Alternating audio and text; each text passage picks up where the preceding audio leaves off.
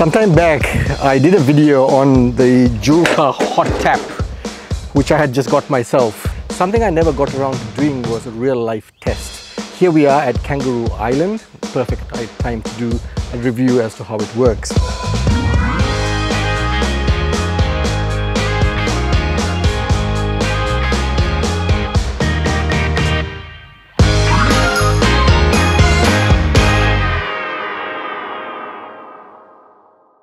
Sometime back, I did a video on the Joolca Hottap, which I had just got myself, and I talked through the whole process of how to put it together and how to run it. But something I never got around to doing was a real life test, because soon after I had done that video, COVID came around, and then we never really got to do much camping. And then the one camping trip we did into the Flinders, we stayed with some friends, so never really did much camping as such. So here we are at Kangaroo Island, and Johnny and I want to take a shower right now, and I thought perfect time to do a review as to how it works. Now, we are camped by a river, and this can run off a river as well as far as the water supply is concerned. But I am not quite sure how safe this water is. What I'm going to do is I've got a 9-litre bucket filled with water. So what I'm trying to achieve here is, between Johnny and myself, use up no more than 9 litres, so about 4 litres per person to take a quick shower, because water is precious, and try to conserve as much as we can. Something I need to keep in mind, and if you get one of these, is also that, you know, it's even on minimum setting. I have it on minimum setting.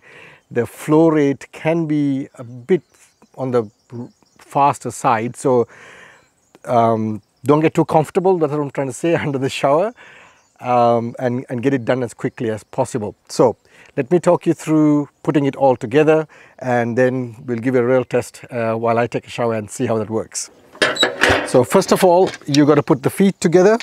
That's easy.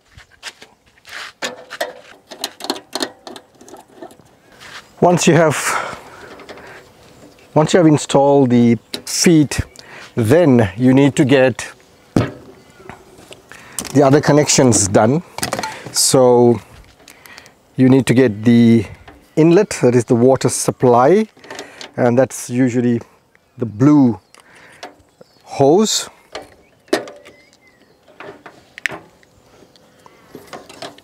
And that's the water input.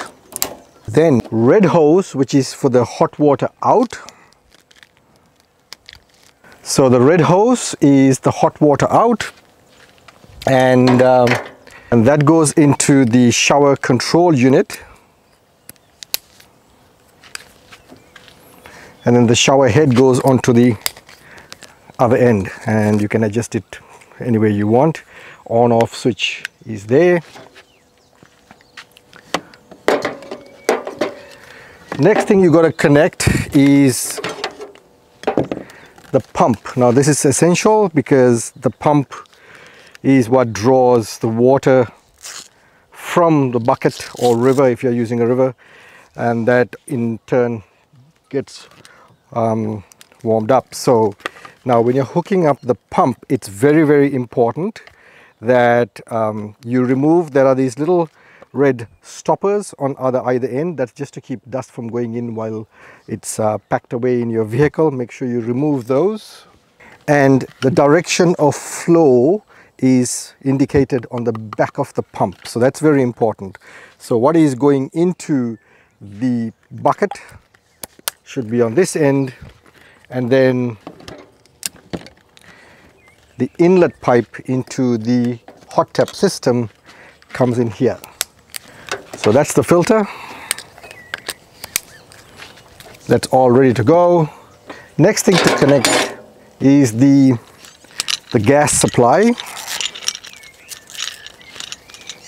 I've got my gas bottle down here, and this clips onto, you don't have to screw it or anything, it just clips onto into the hot tap system. So pretty much you can be set up in about 5 minutes. That's how easy it is. Now once that's done, all that's remaining is to get the power supply for the pump. Okay, I've got it all set up. So my gas cylinder is over there. The hot tap heating system is here.